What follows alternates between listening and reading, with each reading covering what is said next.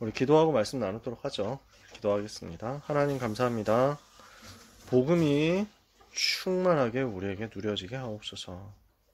복음 전해야 되는 이유 있기 때문에 문제도 갈등도 위기도 전부 응답으로 바뀌는 것을 체험하게 하옵소서. 이 귀한 생명의 복음 전하기 위해서 오늘도 내게 능력 주시는 그리스도 안에 내가 있는 나의 현주소가 점검되게 하옵소서.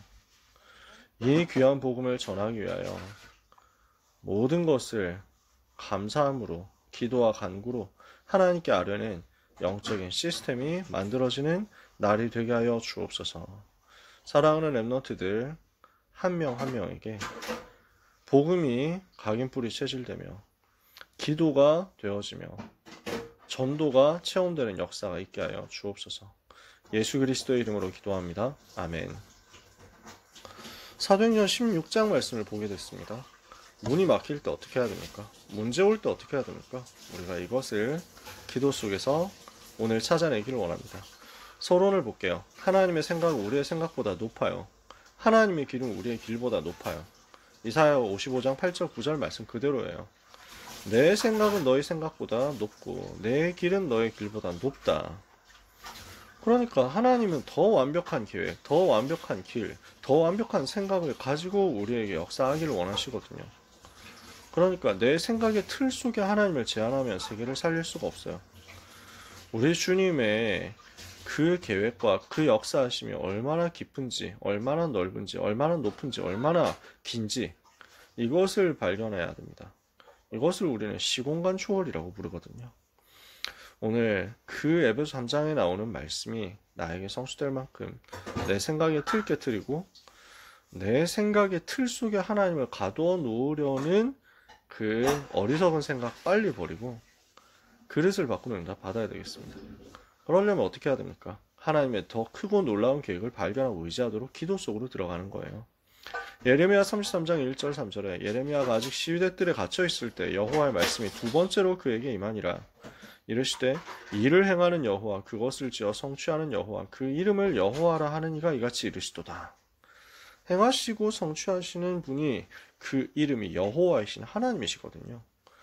감옥에 갇혀 있는데 복음 말하다가 오히려 핍박당하고 억울하게 되어서 감옥에 들어와 있는데 하나님은 여전히 일하고 계십니다. 그럼 나는 어떻게 해야 됩니까? 거기에서 하나님의 음성 듣도록 기도 속으로 들어가는 거예요. 너는 내게 부르짖으라. 내가 너에게 응답하겠고 네가 알지 못하는 크고 은밀한 일을 너에게 보일 것이다. 하나님의 더 크고 놀라운 계획은 기도 속에서 발견되는 거죠. 이것을 바울팀이 체험한 겁니다. 첫 번째요. 하나님께서는 바울팀에게 중대한 전환점을 허락하셨어요. 바울이 신라와 함께 두 번째 선교 여행을 출발해서 여러 교회와 제자들을 견고하게 했고요. 루스드라에 갔더니 여기에 랩넌트 디모데가 예비되어 있었어요. 1차 전도 여행 때 사도행전 14장 바울이 돌에 맞아 죽어가면서 다시 들어가서 루스드라에서 복음 전하고 제자들을 세웠거든요. 그 속에 있었던 인물이겠죠. 디모데가 바울팀의 일원으로 합류하게 됩니다. 그래서 바울과 실라와 디모데가 다 같이 와서 지금 전도 운동 해야 되겠다 하고 새로운 현장 개척하도록 아시아로 가자. 아시아의 핵심 도시가 에베소입니다. 여기로 가자 하고 있는데 성령께서 막으셨어요. 성령이 아시아에서 말씀을 전하지 못하게 하셨다. 그래서 왜 문이 안 열릴까? 무시아 앞에 이르러 비두니아로 가고자 애썼는데 비티니아 흑해 연안 지방이거든요. 터키 북쪽이죠. 근데 여기로도 예수의 영이 허락하지 않으셨다. 이유가 뭘까? 문이 다 막히는 거예요. 길들이 다 막히는 거예요. 무시아를 지나서 드로아로 내려갔어요. 근데 거기에서 하나님께서 마게도냐에 대한 환상을 바울에게 보여주시는 거예요. 마케도니아는 지금 터키에서 좁은 바다를 건너면 이제 있는 지역입니다. 지금으로 따지면 그리스 북쪽 지방이에요. 이 마케도니아 지방에 대한 환상이 보입니다. 마게도냐 사람 하나가 서서 말하는데 건너와서 우리를 도우라 라고 합니다. 바다를 건너와 달라. 우리를 도와달라. 지금 바울이 기도했을 거예요. 왜 문이 막힐지? 왜 지금 모든 문이 막히고 하나님이 허락을 안 하시는 거지? 이것을 두고 하나님 앞에 기도하는데 하나님께서 답을 주시는 거예요. 그러니까 내 틀을 깨트리는 거예요. 내 그릇을 넓히는 거예요. 나는 이 정도 세계보고만 해야 되겠다 하는데 하나님은 아니야, 너는 더 큰 현장을 가야 돼. 로마 전체를 살려야 된다. 그래서 마게도냐로 문을 돌리게 하시고 저 바다를 건너가게 하시는 거예요. 그러니까 하나님께서 이들에게, 마게도냐 사람들에게 복음을 전하라고 부르신 것을 인정하고 들어가게 된 것입니다. 문이 막혔을 때 어떻게 해요? 하나님 바라보고 기도하는 겁니다. 문을 억지로 뚫으려고 하는 게 아닙니다. 문을 부숴버리려고 하는 게 아닙니다. 하나님의 계획이 어디 있냐? 기도하고 있으면 하나님은 더 큰 하나님의 축복된 현장을 보여주십니다. 복음 전해야 될 현장이 여기에 있구나. 전환점이 발견되는 거죠. 이렇게 해서 두 번째, 마게도냐 지방의 첫 성인 빌립보로 들어갔더니 여기에서 전도의 문이 열리는 거예요. 드디어 응답 문이 열리는 거예요. 바울팀이 빌립보에서 기도처를 찾는 중에 자색 옷감 장사 루디아를 만나게 되었습니다. 두아디라 성의 자주색 옷감 장사로서 하나님을 경외하는 루디아라고 하는 한 여자가 있어 바울의 말을 청종하게 하셨다. 자색 옷감은 보라색 옷감인데 자주색 옷감, 보라색 옷감 그 중간 정도 색감이겠죠. 엄청 비싼 거였어요. 그 당시에 화학 염료라는 게 존재하지 않던 시절이기 때문에 자연물에서 색깔을 얻어서 염색을 하는 거거든요. 그러면 자주색은 어디서 나오냐? 바다에서 나오는 조개를 깠을 때 거기서 특별한 조개에서 나는 색깔이 있다고 합니다. 그래서 옷 한 벌 만들려고 하면 보라색 옷감, 이 자주색 옷감을 가지고 옷을 하나 만들려고 하면 조개 한 10,000마리? 20,000마리? 잡아야 된대요. 그러니까 얼마나 비싸겠어요. 이게 생노가다거든요.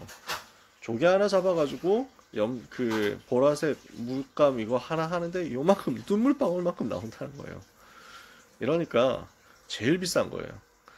그래서 당시 로마 제국에서는 황제만 입을 수 있는 게 자주색 옷감이었습니다. 그러니 이게 얼마나 고급진 장사를 하고 있었냐는 거지. 루디아라는 사람이 그러니까 굉장히 그릇이 큰 사람이었을 거예요. 이 사람을 하나님이 붙여주신 거예요. 바울과 함께 대화하는 중에 하나님께서 루디아의 마음을 여셨다. 우리는 이렇게 하는 겁니다. 복음 전하는 걸 내가 억지로 설득해서 잘해서 하는 게 아니에요. 우리가 복음 말하면 하나님께서 마음을 여십니다. 주께서 그 마음을 여사 바울의 말을 청종하게 하셨어요. 복음을 듣게 하셨어요. 그리고 그와 온 집이 다 세례를 받게 하셨어요. 그러면서 그 집에서부터 복음 운동이 온 빌립보 지방으로 확산되게 하신 거거든요. 그래서 뭐라고 하느냐면 루디아가 그와 그 집이 다 세례를 받고 이르되 만일 나를 주 믿는 자로 알거든 내 집에 들어와 머물러라. 바울팀이 전도운동 해야 되는데 거점이 필요하잖아요.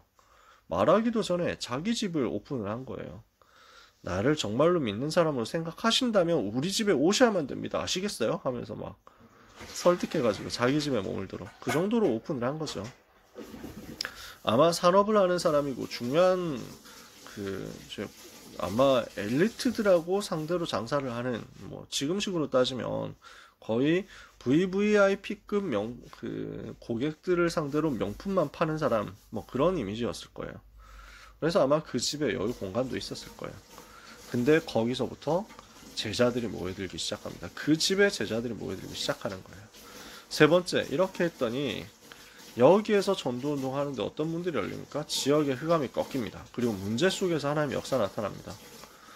복음 전하고 있는데 점치는 귀신 들린 여종 한 사람이 자꾸 따라다니면서 바울팀 따라다니고 괴롭게 하는 거예요. 이 사람들은 지극히 높으신 하나님의 종으로서 구원의 길을 너희에게 전하는 자다 하면서 막 소리치는 거예요.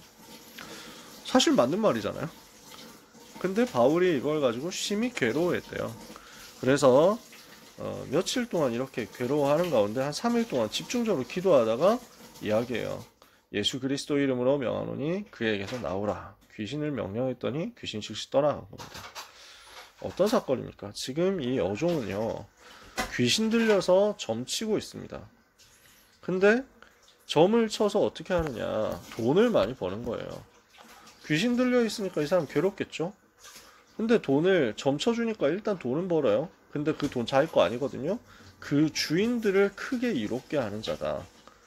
그러니까 주인이 몇 명이었는지 알 수가 없습니다. 그 주인들이라고 했으니까 그 주인들이 뭐 그냥 한 가족이었을 수도 있고, 아니면 진짜 정신이 완전 좀 진짜 악한 인간들이어가지고 이 불쌍한 귀신 들린 사람을 돈 주고 사가지고 무슨 주식회사처럼 공동 명의로 사가지고 여럿이서 이 한 사람한테 얻어 나오는, 이 한 사람이 점쳐가지고 나오는 수익을 다 뺏어가는 것일 수도 있었겠죠. 그러니까 이 사람은 지금 운명에 사로잡혀서, 귀신한테 사로잡혀서 너무 고난당하고 있는데 돈을 계속 벌어도 하나도 자기한테 들어오는 게 없어요. 고통 속에 있는 사람이에요. 근데 이 사람이 지금 바울 보니까 뭐가 있거든요. 따라다니면서 얘기를 하는 거예요. 근데 여기서 왜 괴로워했을까? 바울이 맞는 말인데 왜 괴로워했을까? 사도하라 쇼거 목사님이 얘기를 해주시는데, 원어를 보면 지극히 높으신 하나님의 종이라고 했을 때 그 하나님이 여호와 하나님을 말하는 게 아니라 그리스 로마에 나오는 그 신을 얘기하는 거라는 거죠. 그러니까 우리가 복음 전하는 사람인데, 구원의 길을 말하는 사람인데, 하나님 만나는 길 대신 예수 그리스도 말하는 사람인데, 지금 이 사람이 제우스 만나는 길을 선전하는 사람이다 이런 식으로 막 얘기를 하니까 바울이 화가 나는 거죠. 이 귀신 꺾어야 된다. 흑암 꺾어야 된다. 이 지역 살리려면 흑암 꺾어야 된다. 알고 명령하고 꺾어버렸는데 귀신 즉시 떠나간 거예요. 큰 응답이 온 건데 여종의 주인들은 화가 난 겁니다. 왜냐하면 이제 돈벌이가 안 되니까. 귀신이 나가니까 점을 칠 수가 없잖아요. 그러니까 수익의 소득의 그 소망이 끊어져 가지고 너무 화가 나서 고발한 겁니다. 그러면서 아니 어려운 사람 살려줬더니, 정신질환 있는 사람 고쳐줬더니 이걸 두고 지금 고발해가지고 로마 사람인 우리가 이런 풍습 따라가면 안 된다, 근데 이거 가르치고 있다 하면서 막 거짓말해가지고 바울과 실라가 다짜고짜 매를 맞고 감옥에 들어가게 되는 거예요. 사실 바울은 매 안 맞아도 되거든요. 로마 시민권자니까. 근데 바울이 하나님의 계획을 여기서 본 거예요. 하나님이 왜 이렇게 문제를 주셨을까? 신라는 로마 시민권자가 아니기 때문에 이 상황에서 나만 쏙 빠지면 신라 혼자 매맞고 들어가게 될 수도 있다, 이런 생각했을 수도 있겠죠. 어떤 의미였는지는 알 수가 없습니다. 확실한 건 바울이 여기서 아무 말도 하지 않습니다. 그리고 감옥에 들어가요. 고분고분. 아마 가지고 있는 로마 시민권 활용하면 금방 나갈 수 있다는 것을 알았기 때문에 하나님의 계획이 여기에서 어떻게 진행되길래 우리가 여기에 들어와야 되는 것인가 한번 보자 했을 수도 있습니다. 그래서 감옥에서 뭐 했어요? 밤늦게까지 찬송하며 기도했어요. 그럼 죄수들이 다 들었어요. 간수도 들었겠죠. 그때 하나님께서 바울팀에 기적을 일으키세요. 큰 지진이 일어나고 옥문이 열리고 그리고 메인 것이 다 풀어졌어요. 그러니까 간수가 이걸 보고 죄수들이 도망갔구나, 그럼 내가 책임지고 벌 받아야 되는 거 아니냐, 차라리 목숨을 끊어야 되겠다, 그게 벌 받는 게 무서우니까요. 근데 바울이 외칩니다. 스스로 해하지 마라. 우리가 다 도망가지 않고 여기에 있다. 하나님의 계획이 여기 있어서 우리가 들어왔는데 왜 도망가느냐 하는 거죠. 그러니까 간수가 바로 질문합니다. 선생들이여, 내가 어떻게 해야 구원을 받겠습니까? 갈급한 사람인 거예요. 근데 바울과 실라가 기도하고 찬양하는 걸 다 들었어요. 그들이 가지고 있는 비밀이 도대체 뭔가? 저 사람들이 받은 구원이 뭔가? 궁금했는데 하나님의 능력까지 나타났으니까 어떻게 하고 구원받습니까? 답을 간단하게 주잖아요. 주 예수를 믿으라. 그리하면 너와 내 집이 구원을 받으리라. 그래서 간수가 복음을 받고 그 모든 가족들이 다 하나님을 믿게 됐어요. 그리고 다음날 가서는 로마 시민권을 가지고 내세우면서 이야기합니다. 로마 사람인 우리를 죄를 정하지 않고 정식 재판 절차를 거치지 않고 매를 때리고 감옥에 가뒀다? 이게 얼마나 큰 범법 행위인지 아느냐? 이거 법적으로 따지면 엄청 큰 사건이거든요. 심할서 쓰는 정도로 안 되거든. 이게 고발당하면 당장 목 날아가는 거예요, 공무원이. 그래서 깜짝 놀라가지고 제발 용서해 주십시오. 벌벌 떨면서 기면서 이렇게 하는 겁니다. 똑바로 해라 하면서 여기 있는 사람들한테 함부로 하면 내가 고발하겠다 이런 식으로 했을지도 모르겠습니다. 아마 이 과정 끝에 바울이 빌립보 교회 안에 성도들을 다 보호하는 장치까지 세팅을 했을 수 있겠죠. 하나님이 하신 일일 거예요. 어찌됐건 바울은 루디아의 집으로 돌아와서 거기에서 많은 제자들을 만나서 위로하고 떠나면서 다음 지역으로 가게 됩니다. 그럼 오늘 여기서 우리는 뭘 봐야 됩니까? 결론이에요. 우리가 올바르게 언약 붙잡았으면 하나님 반드시 우리를 인도하세요. 보혜사 성령께서 진리 가운데 인도하신다 했거든요. 근데 문이 막힌다? 그러면 문이 막혔을 때는 반드시 그 속에 전환점 주시는 하나님의 축복의 계획이 있는 겁니다. 로마서 8장 28절에 우리가 알거니와 하나님을 사랑하는 자 곧 그의 뜻대로 부르심을 입은 자들에게는 모든 것이 합력하여 선을 이룬다 그랬거든요. 모든 것이 합쳐져서 선을 이루는 겁니다. 하나님의 계획이 완벽하게 준비되는 것입니다. 완벽하게 맞춰져서 하나님의 가장 완전한 것을 이루는 것입니다. 그러니 우리는 두려워할 것, 낙심할 것 없는 거죠. 인본주의 쓸 것도 없는 거죠. 기도 속으로 들어가면 되는 거예요. 그래서 문제 만났을 때도 마찬가지예요. 문제 속에서 복음 누리고 기도에 집중하면 하나님은 반드시 기적으로 역사하실 것입니다. 우리가 할 것은 복음 누리는 거예요. 믿음의 역사, 사랑의 수고, 소망의 인내 누리는 거예요. 그러면 하나님은 능력과 성령과 큰 확신으로 역사하십니다. 문이 막혔을 때 전환점을 보고 문제 만났을 때 하나님의 계획을 찾고 그 속에서 하나님이 주시는 답을 찾아서 복음화 운동의 문을 보는 새로운 축복의 역사가 여러분에게 있게 되기를 예수님 이름으로 축복합니다. 기도하고 마치겠습니다. 하나님 감사합니다. 문이 막힐 때 전환점 보는 영안 열어 주옵소서. 문제 왔을 때 기도 속으로 들어가서 하나님이 주시는 응답을 찾아내게 하여 주옵소서. 전도와 선교를 위하여 반드시 성령으로 인도하시는 좋으신 하나님께서 사랑하는 렘넌트들의 한 주간과 평생의 길을 완벽하게 인도하여 주옵소서. 강건케 하옵소서. 성령으로 충만케 하여 주옵소서. 예수 그리스도 이름으로 기도합니다. 아멘.